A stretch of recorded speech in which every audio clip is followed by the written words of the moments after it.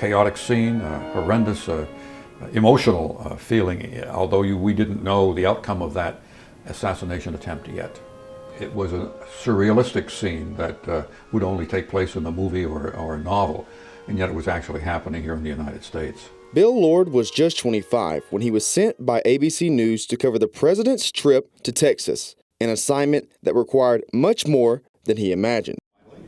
Well, Bob Clark was our White House correspondent, and he was covering the president's trip to Fort Worth and then Dallas, and they needed a producer in Dallas to put together the day's news.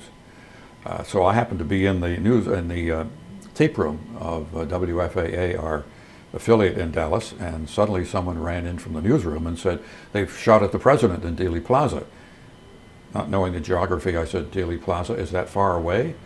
And they said, "Yeah, it's all of 2 blocks, let's go." The next step in the story for Lord, reporting on Lee Harvey Oswald. The next hour and a half and the following 3 days would test the physical limits of each reporter in Dallas. Well, none of us ate. And keeping in mind that for ABC News in Dallas for about a day and a half, we had Bob Clark and myself and the cameraman.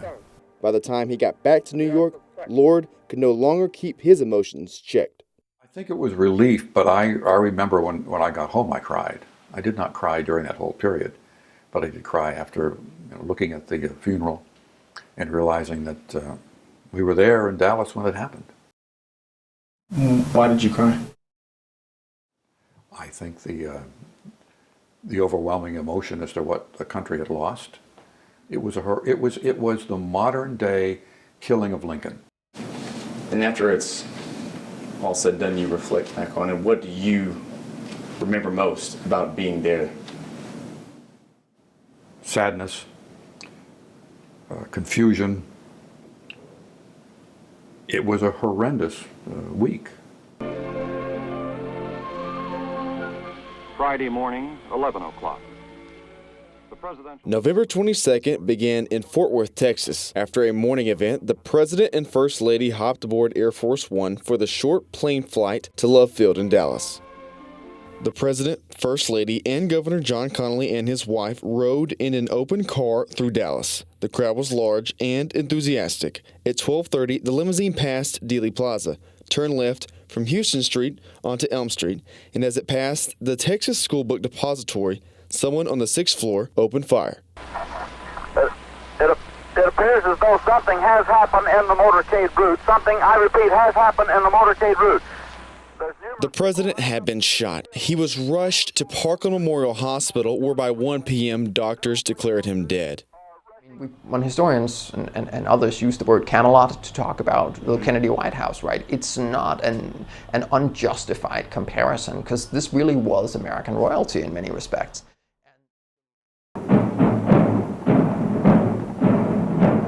On November 25th, 1963, 80% of Americans watched the funeral procession of John F. Kennedy. The assassination and its aftermath changed television news. The Kennedy assassination was the first time that the American people had the experience of watching the same thing at the same time. Constant coverage, updates, and reports on November 22nd made television news the primary resource for information. Because of the great shock of this assassination and the sadness, they were looking for something. And enough of them now own television sets that it was, a natural moment for television to step up and take on that new role.